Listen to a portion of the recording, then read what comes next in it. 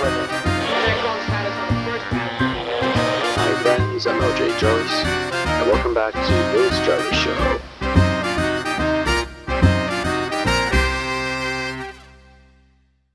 Hi everyone, welcome back to On Air with Jarvis, the podcast of all things Warhammer and general stuff I find of interest. Joining me this week is the cover artist, Joliet Shuff. How's it going, ma'am? Hi, I'm doing good. I'm Joliet Shuff, and I sing for Stringstorm, do occasional voice acting for different Warhammer channels as of now, and I'm here with Jarvis. Well, that's actually interesting. What voice work are you doing? So for Old Man Reacts, I am doing Lotara, I think. She's the one who killed World. I'm bad with lore. You're gonna have to forgive me. I'm really bad with lore. She's a badass. That's the gist of it. I'm gonna have more roles with him soon, but I'm doing voice acting for his lore videos and more stuff with Stringstorm to come soon. I'm also gonna be doing my own Saint Celestine song as a commission for someone. Oh, that's actually really cool. It sounds really fun, and I can't wait to hear it. Now, Thank you. Now, before doing these songs for Stringstorm, I gotta ask, before doing his first song ever, do you have, any exposure to the Warhammer 4K universe before doing a song like that? I had no exposure. I did not know anything of it. Stringstorm found me through a Utaite server. Anime cover server, and he was looking for a vocalist to sing the Saint Celestine song, and I slid up and I was like, hey, I'm interested. I wanna sing. I wanna do this. And he was like, okay, cool. Send me a recording of your voice. And I sung the first verse. And he's like, okay, yes, please sing the song. And then he commissions me to sing songs for him. And I do gotta say, these are really, really great songs, and I think you did an excellent job on them. Thank you. Now, out of all these songs that you've done, which one would you say was your absolute favorite?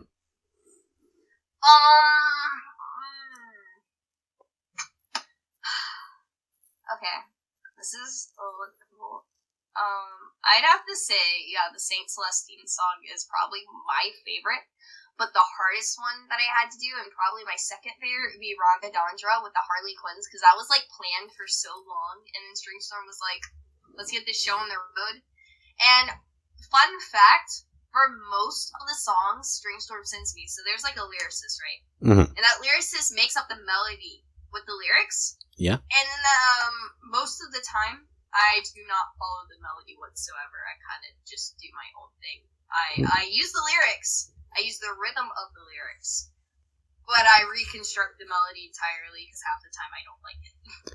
And that's just something as a vocalist, because the lyricists are great. They're great with lyrics, but when it comes to melodies, they tend to stick to the tonic, which is the notes, the first note of the key, right? And they're like, do, do, do, do, it's staying on that note. Mm-hmm. And there's no differentiation in the melody, so what I do is I try to go in, and I'm like, okay, I'm gonna change this part about the song. For example, Imperium, which was the April Fool's video with the Emperor becoming an Empress, an idol. That was a great song. That was last minute. That was, I did that, in an hour. I did that very last minute. I listened to the melody, said, oh, I don't like this, so I'm gonna change a lot of things about it. And I ended up getting super soulful with it. It reminded me a lot of Earth, Wind, and Fire. It gave me those vibes big time, and I wanted to make those vibes. So I kind of changed the melody, like how an Earth, Wind, and Fire song would go. I don't really know what that is. I apologize. Is that an anime? No. It's a band from the 80s. They sang a lot of disco music. Oh. Do you remember the 21st night of September? Does that sound familiar at all? I'm sorry. I don't follow a lot of bands. I'm sorry. But No, it's fine. It's old music. That's actually very interesting, the creative process behind these songs. So when you do these songs, does he like send you like, how do I describe it? It's like keys and a music note, like music keys. So that's what the lyric. So he sends me a vocal track that I have to match. He sends me the instrumental, the vocal track, the harmonies, everything. And it's up to me usually, like what I do with it, and I usually change everything. Like Rana Dandra did not sound how Rana Dandra like came to sound. Like the melody was the same, but the harmonies were completely different. Like I changed everything with them. I layered upon layered like a ton of files and a ton of tracks for it. So it's like lyricist sends you the melody, the vocal track, and it's your decision what you do with it. That's actually really interesting. I didn't know it was like that. And I would say it was with Rana Dandra. Because before that song, I wasn't really so much interested in the Harley Quinns. Because for me, they were my least favorite 40k faction. Though I think it was with this song that kind of gave more of a spark to them, I would say. And I think my favorite song... and I think my favorite song that you've done so far would be Ave Imperator, because I think that song was really fitting to, you could say, universe. And when it comes to listening to these songs, I always think of like this, I don't know why, but like a animation sort of thing. It would be like, I'm listening to the song, I'm thinking of this really cool animation sequence, and I think with that song, it has like really sparks that creativity. Yeah, for sure. Now, when you did these songs, how was the feedback like? Like, do you think you would become this big? I mean, I saw Stringstorm channel and I was like, whoa, this dude kind of popping off. I think he was at like 20,000 subscribers at the time.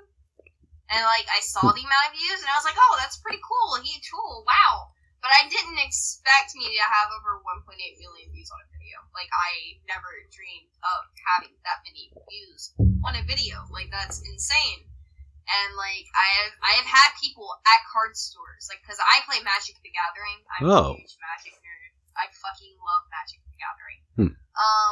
I had a ton of people at card stores who play Warhammer 40k in, like, the D&D area, like, recognize like my voice, and they were like, oh my fucking god, it's you, and I was like, oh no.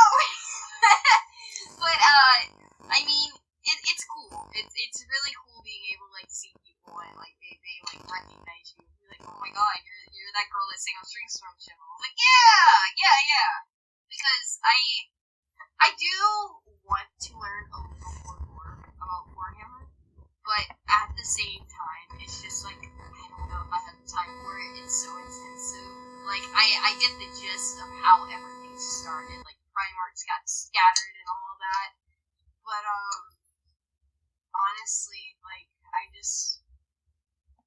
don't know. I don't know if I'm gonna get invested into the Warhammer lore or not. I love singing the music. Like, I will not stop singing the music. Like, that's something I just won't stop doing. Because it's fun. It's a lot of fun, and it actually gives me a chance to divert from the genres that I usually sing. And that is pretty cool, actually, that to be recognized for your work in like the outside world. And I would say that I'm not really interested in Magic the Gathering. I guess maybe in an alternate universe, maybe I'll be making YouTube videos about that game instead of Warhammer. But it's something that I appreciate that exists. And the same thing goes with, say, Dungeons and Dragons. Like, I tried getting into it. Like, I really honestly tried. And it's something I always thought would be something cool to do. But it never really clicked. And to be honest, I don't think I'm interested into really wanting to get into the game. Like, I appreciate it. And I'm glad it exists. And I'm glad there's a fan base behind it. But it's not for me. But that's okay. That's the same way I feel with Warhammer. Like, I'm like invested in singing the music, but the lore, I don't know if it's for me because so intensive. And even then, like, I don't even get into the Magic the Gathering lore. I just like playing the card game with my friends because it's chaotic. When you did his Emperor Idol video, do you think that had it stand out from all the other idol songs that he's done? Honestly, yeah, it was cool. Like, it was okay. So his idol songs, in my opinion, like have that like disco-y, like happy-go-lucky vibe. But this one stood out because it was so memey and it had that really stupid effect on it. Like when I heard that effect, I was like, "You go, dude." Yes, absolutely. This is the effect for it. This is fantastic. I love it. It's great. Because me and him, like, we're up. Well, he lives in the Philippines. Yeah, I know. All the way, over there, and so it's daylight for him, but it's 2 a.m. in the morning for me, and I'm working on the song because I'm a full-time student. I work 3 jobs. I have a very, very busy schedule. Yeah, it's 3 jobs. Insane. I hate myself too. So, anyways, so it was 2 a.m., I was working on the song, and, he was like, Joliet, auto-tune it, dude, like, tune it as much as you possibly can, and I said, okay, I'll over-tune it, so I over-tuned it, and I added slight auto-tune to it, and then he went over it, added more auto-tune to it, and then added a robotic-y effect with like, octaves and like artificial harmonies and stuff to make it sound even more robotic-y, and like it just fit the vibe so well, and like we were just so happy with it. He's like, this is too much quality for an April Fool's video. I'm like, I agree, we should have made this shittier, like they should have been the worst, but it came out so good. Yeah, I'm not really interested in like April Fools, and when every YouTube channel does like an April Fool's video, it's just something I find annoying. But when Stringstorm, when he did that song, of how well it is, I think it's a really great song. I think I think you two did an excellent job on it. Mm-hmm. Yeah, and time zones are weird. I know it's like I have buddies from Ukraine, Philippines, Australia, and right. It's like, there's this one artist who I commission a lot, and she is from Australia. And so when we're going back and forth about like critiques, it's like, what would be the afternoon for me might be, like 1 a.m. or 2 a.m. for her. So it's like, oh, I like this, but how about we change it to this? A few hours later, I would then get a feedback, but when I would get it, it's 2 a.m. and I'm sleeping. Right. But I'm not sleeping at 2 a.m. I'm going to sleep at like 4 a.m. in the morning. I go to bed super late because I'm working on homework. I'm working on music. I'm trying to get things done. Yeah, when I was on my final level at college, I basically had to put my channel on pause just so I could put all my efforts into studying. But the fact that you have 3 jobs while going to college, that's crazy. Yeah, I work in the restaurant industry. I did too. I work as a busser. Can you believe it? This tiny person working as a busser. It is annoying, it is painful, and I'm so sick of it, and I'm so ready to get moved to being a hostess. So all I have to do is stand there and look pretty and just seat guests. That's it! That's fine! That's dandy. It's wonderful for me, and I wish I was able to do it, like, right now. Yeah, I'm the guy who washed all the dishes as well. I'm also the guy who... No! Ew, so you were working in DMO. You were working with the dishwasher. Ew, that sucks. That's like the one position, like, I couldn't. Like, if they tried to move me there, like, ever, I'd probably quit. Like, that shit's intensive. Because, like, the plates just stack up so high so quickly, and then, like, just all food mixed with the water. I couldn't do it. Out of curiosity, though, when you got a glimpse or got this brush of exposure to the 4K setting, and if you were to compare it to something like Star Wars or Star Trek, how is the comparison to you? Like, because I always do the comparison of Star Wars being a light beer and 4K being vodka, because of how crazy the saying is.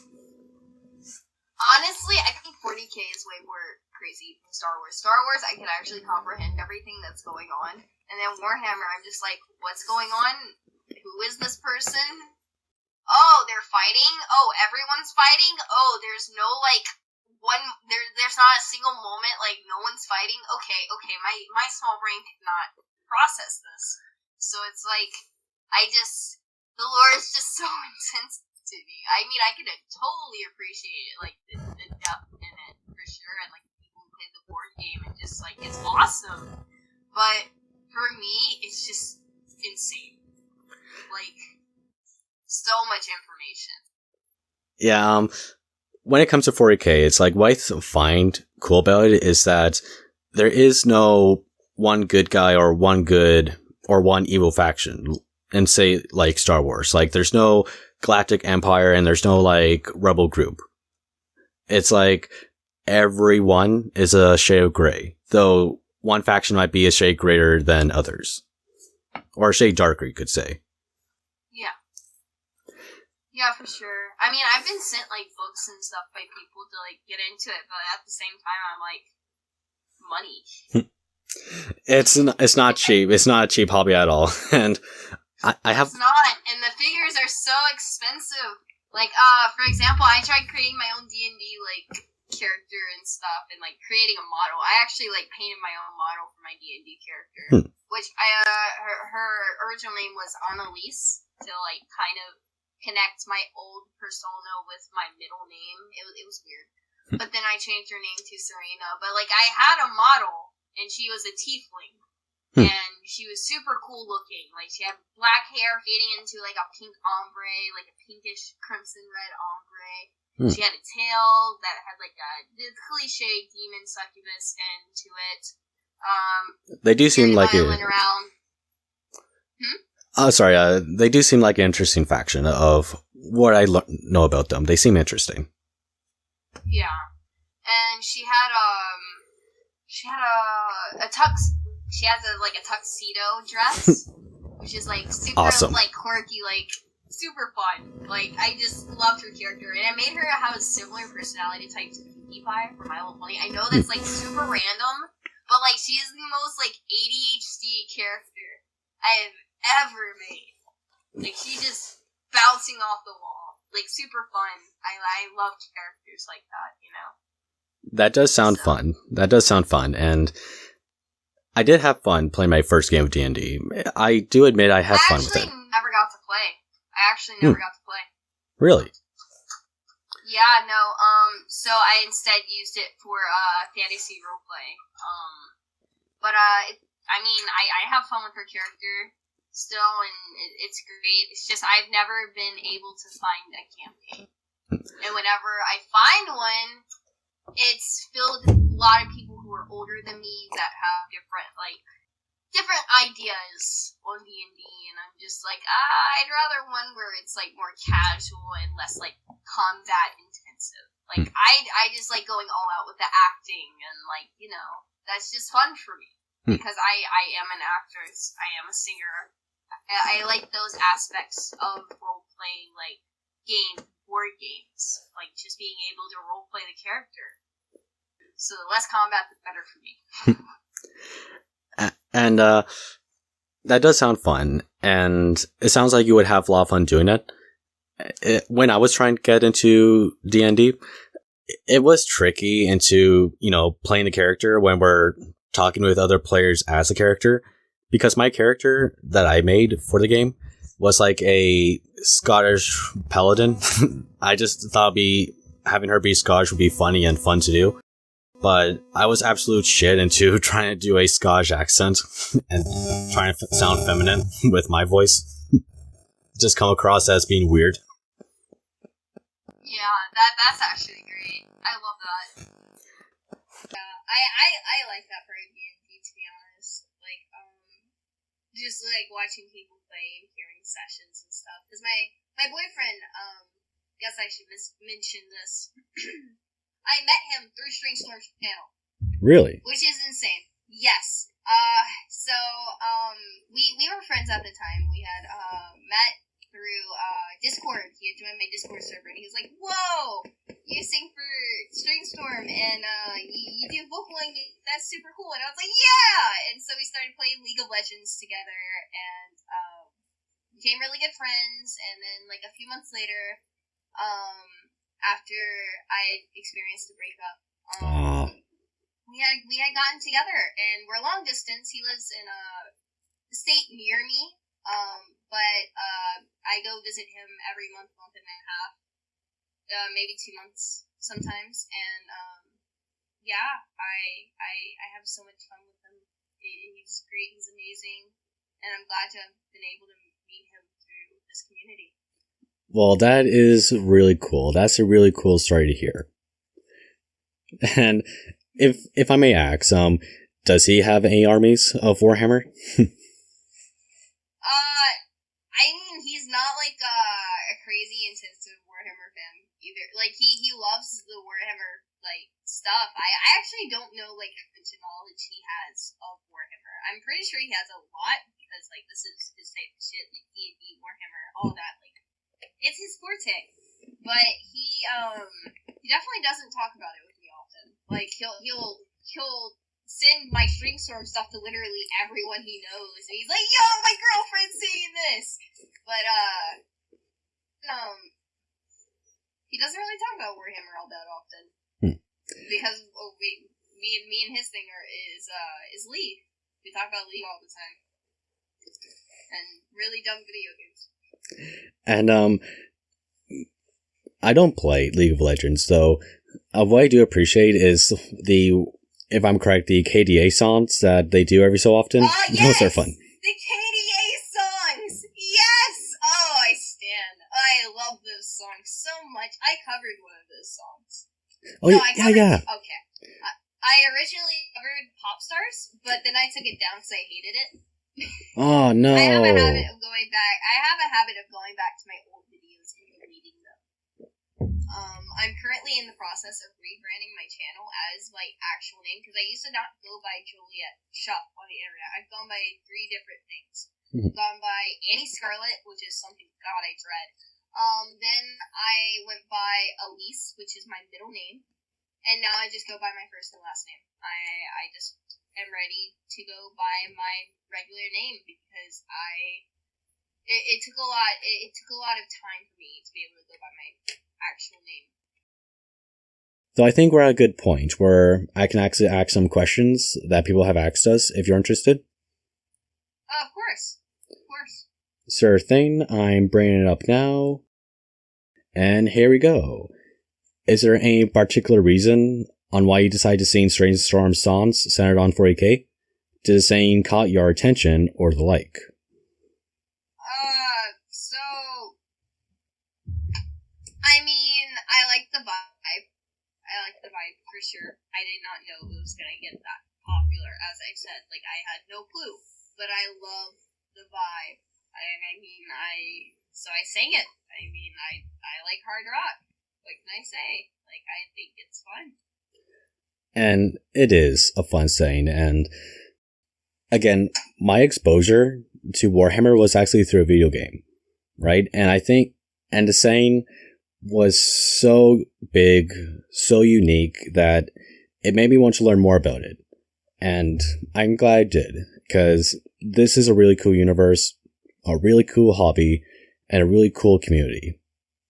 And again, I'm really excited to hear your songs, because you do an excellent job on them. Thank you. And onwards, any vocal exercise that you would recommend to aspiring... My favorite question! Okay. Oops, my bad. I'm suffering from major allergies right now. Oh, I'm sorry. Yeah, no, it's affecting my vocals currently. I'm pretty depressed about it. But I do have very good vocal exercises. So, vocal exercise. So, it depends on what you want to do. I am currently being classically trained in college by the head of the choral department. She's great. I love her. Fantastic. I've wanted to study under her since my freshman year of high school. I'm currently a freshman in college. So quite young. I actually started on Stringstorm stuff when I was 17. That gives full context. Vocal exercises, though. lip trills. Just going do, so, do, do, so, do, and going up like the keys. Doing lip trills. Great exercise. Clears up that mucus in your throat immediately. You know, you're feeling great. It also makes your resonance in your voice. So like, it allows you to feel that forward resonance and allows you to really like be able to sing in the voice that you want to. Another good one is if you're trying to learn how to sing an octave, like an octave and a 9-note scale. Okay, so it's gonna go,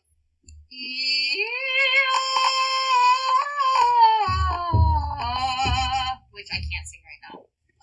But you do that with breath support, of course, and it allows you to be able to get a sense, and feel and really connect the breath with your voice. It's something that I do with my vocal students. And then just being able, I know the last one that I would recommend is mi me ma mo mu, which allows you to shapen up your vowels so that they don't sound too like spread like a country person or like too tall like this. But it allows you to get your vowels just right and be able to connect once again the breath with the voice. So yeah, those are a few I recommend. Just off the top of my head. And it does sound like I could use this when I'm going to do these recordings, because sometimes I would have like, all of a sudden my voice might crack and it's like, oh damn, I have to say that line again. Trills. Drink water and lip trills, dude. That's what you do. That is my favorite thing. Like, okay, I'm gonna do something real quick. So whenever I'm having a rough vocal moment, and I'm like, man, my voice sounds like absolute shit right now. I go to the, and then I go all the way down, and then my voice just feels like so different. And it's just like, I feel like I'm in heaven. Like, it's great. It's fantastic.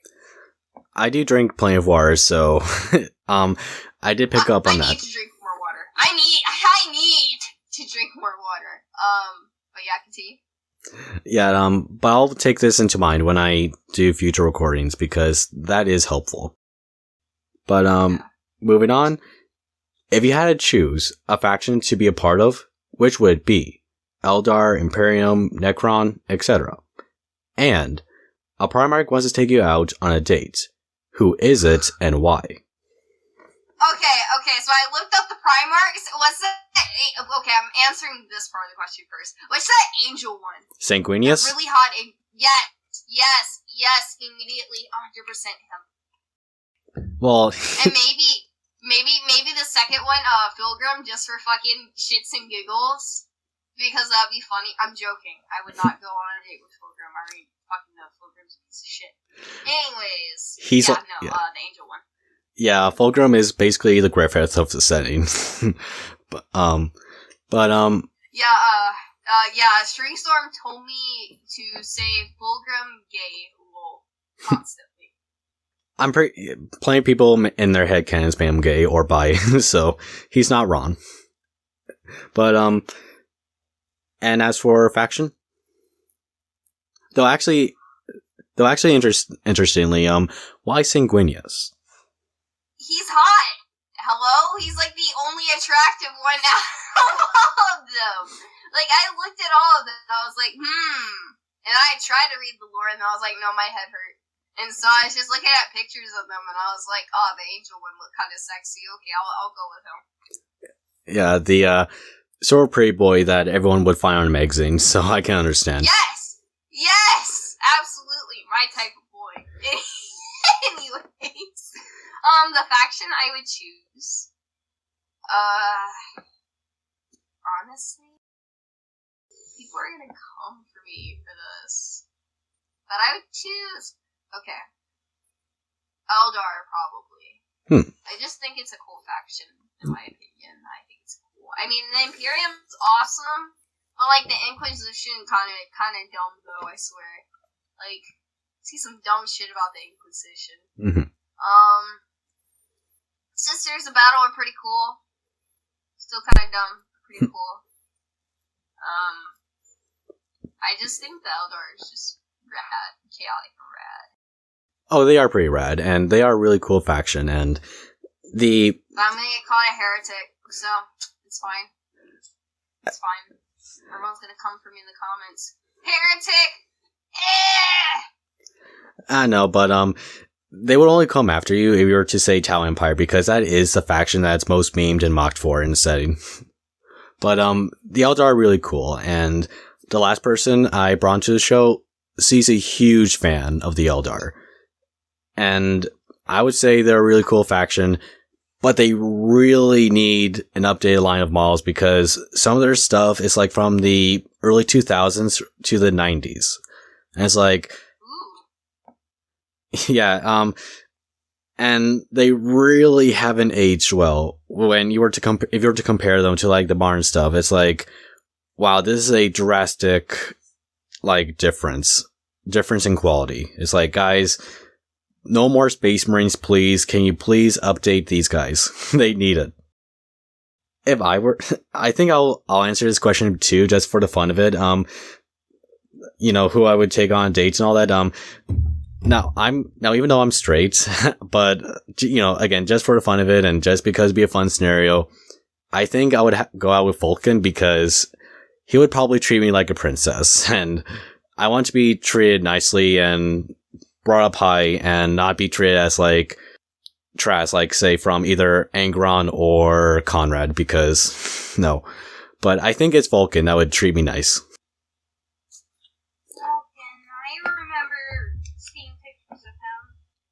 Yeah, he's the... I feel like he would treat someone with respect. Like, I feel like he would just be very respectful.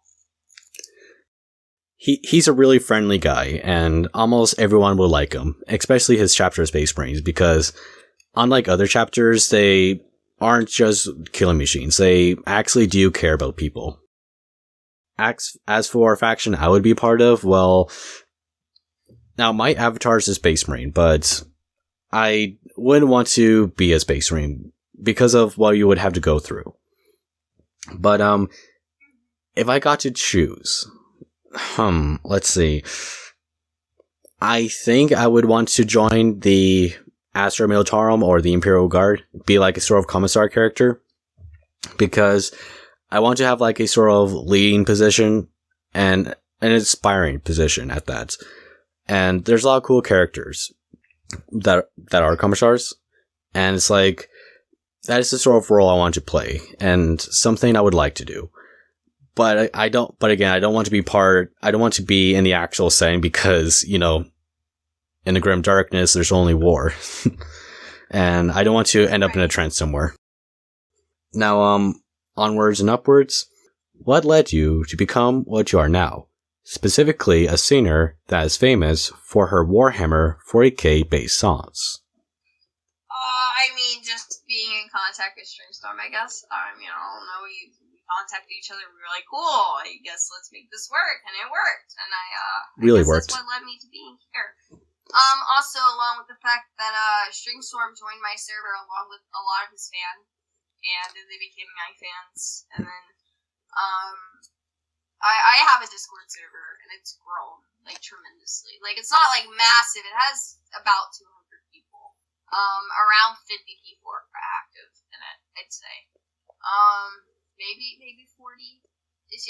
Most people just lurk in there, you know, because that's how Discord servers are. Not everyone's talking. People lurk, though. I love my server. But it's filled with some pretty dumb people, and I've had some pretty bad experiences. Overall, the Warhammer community is fantastic, right? Mm-hmm. Like, there are a ton of great people. But I've had some pretty negative experiences with some guys from the community. Specifically guys who come into my DMs and roleplay calling me a saint, you know, like, kind of weird, you know, like, because I'm not the type to, like, you know, like, I roleplay, sure, but I'm not gonna sit there and roleplay with you in DMs, like, this is just not gonna happen. Yeah, especially if it's... Oh, sorry. No, go ahead. Yeah, especially if you never encountered this person before. it's like, I wouldn't really appreciate it if I got a random DM from someone that I've never, experienced with in, like, say, Twitter. So it's like, I understand what you're doing, man. I understand that the joke and it's fun to do that kind of stuff, but don't do it with someone if they've never really, like, encountered with you before, because even though you might not be doing harm, again, it might be weird sometimes. Yeah, like I've had some. I had this one guy in my server. He was banned a while back by my boyfriend, who actually wasn't my boyfriend at the time, but I made him a mod on my server because I trusted him. And this guy came onto my server. He was cool at first. He was pretty awesome. I came from Stringstorm. He was like, yo, I love your Stringstorm music and stuff. But in BC, I was 17 at the time. He was like 26. And he would call me mommy. And like a ton of really suggestive names. Okay, like, no. He would slide up into my offline friends' DMs, asking them like if he could see their not safe for work art. Okay, like no. That. No. Like, it was fucked. It was completely, like, just skewed. And the moment I heard he went into my friend's DM and asked him to see, like, not safe for work art, I was like, oh, hell no. Absolutely not. But I didn't know how to confront him about it because I was receiving, like, verbal harassment, as well. And so, the mod, which is my boyfriend... Did he know at the time, like... I'm sorry, did he know at the time the age gap?